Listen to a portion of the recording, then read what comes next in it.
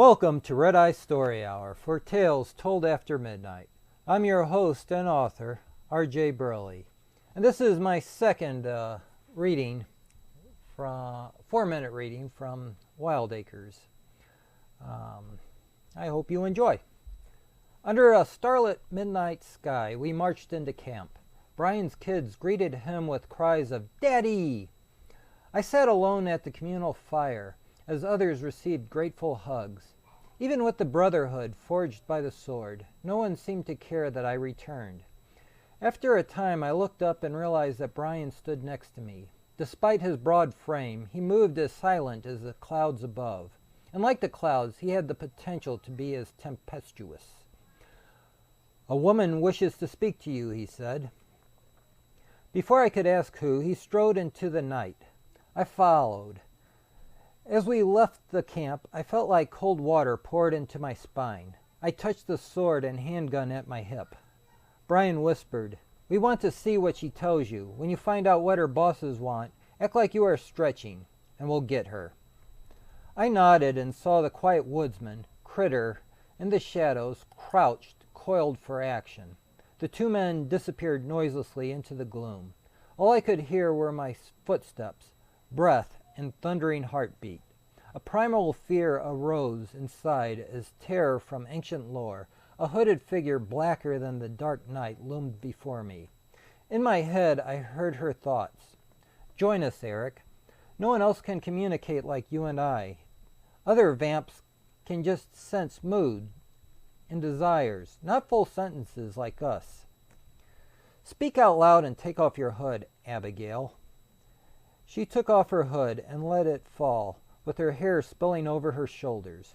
The moon peeked from behind the clouds and lit her face. Her eyes held the supreme confidence of an apex predator. "I didn't think you'd join," she said out loud. "Then why did you come?" "You know of the Spectre's offer. It horrifies you, but you must accept or the camp is doomed." "I know who you work for," I said.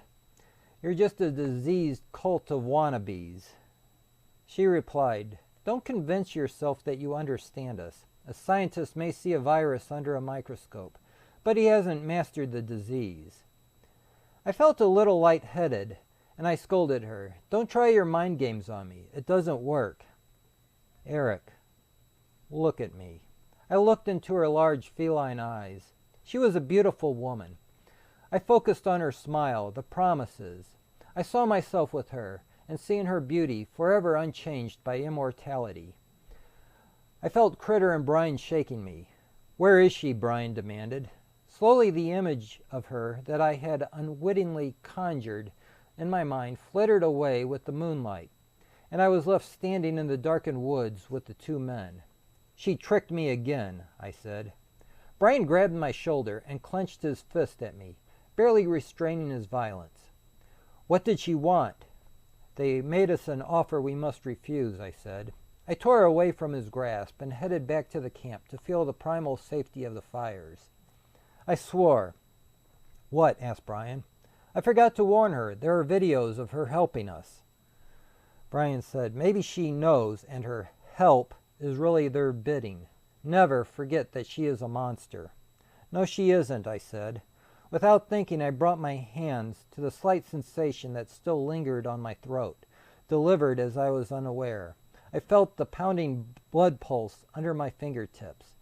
There were no bite marks, just the dampness on my neck from the soft kiss of the vampiress's lips.